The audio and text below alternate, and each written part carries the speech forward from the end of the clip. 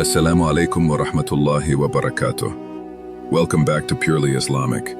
बदर बिन सईद हाजिर है एक नई वीडियो के साथ। कभी आपने सोचा है कि अगर शौहर अपनी बीवी और बच्चों की ज़रूरियात पूरी ना करे तो बीवी क्या करे? क्या वो खामोश रहे या अपना हक लेने के लिए कोई कदम उठाए? आज हम एक ऐसी ही अहम हदीस सुनेंगे जो घरेलू जिंदगी के एक हसास मसले पर रोशनी डालती है। आखिर तक ज़रूर सुनिए क्योंकि इसमें हमारे लिए बड़ी रहनुमाई है।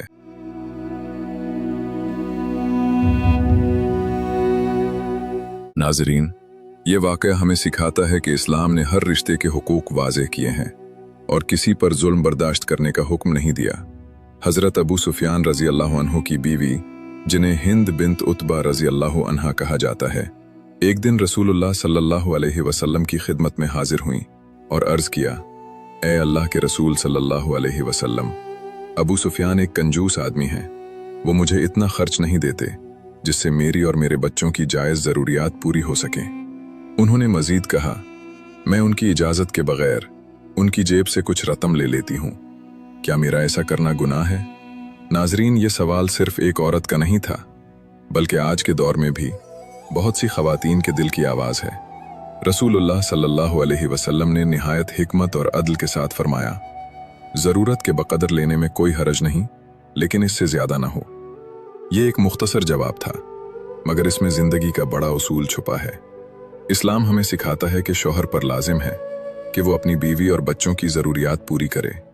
ये उसकी जिम्मेदारी है, उसका फ़र्ज़ है। अगर वो इस जिम्मेदारी में कोताही करे तो बीवी को इजाज़त है कि वो अपने और अपने बच्चों के लिए सिर्फ ज़रूरत के मुताबिक ले सकती है। लेकिन यहाँ एक बहुत अहम बात समझने की है। ये इजाज़त लालच के लिए नहीं, बल्कि ज़रूरत के लिए है। यानी ना उसमें ज़्यादती हो, ना उसमें धोखा हो, और ना ही उसमें किसी किस्म की नाइंसाफ़ी हो।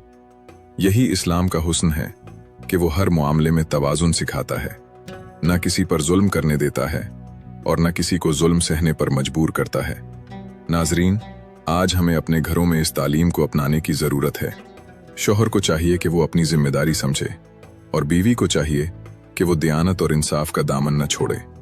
याद रखें, घर का सुकून सिर्फ मोहब्बत से नहीं, बल्कि अदल और जिम्मेदारी से कायम रहता है।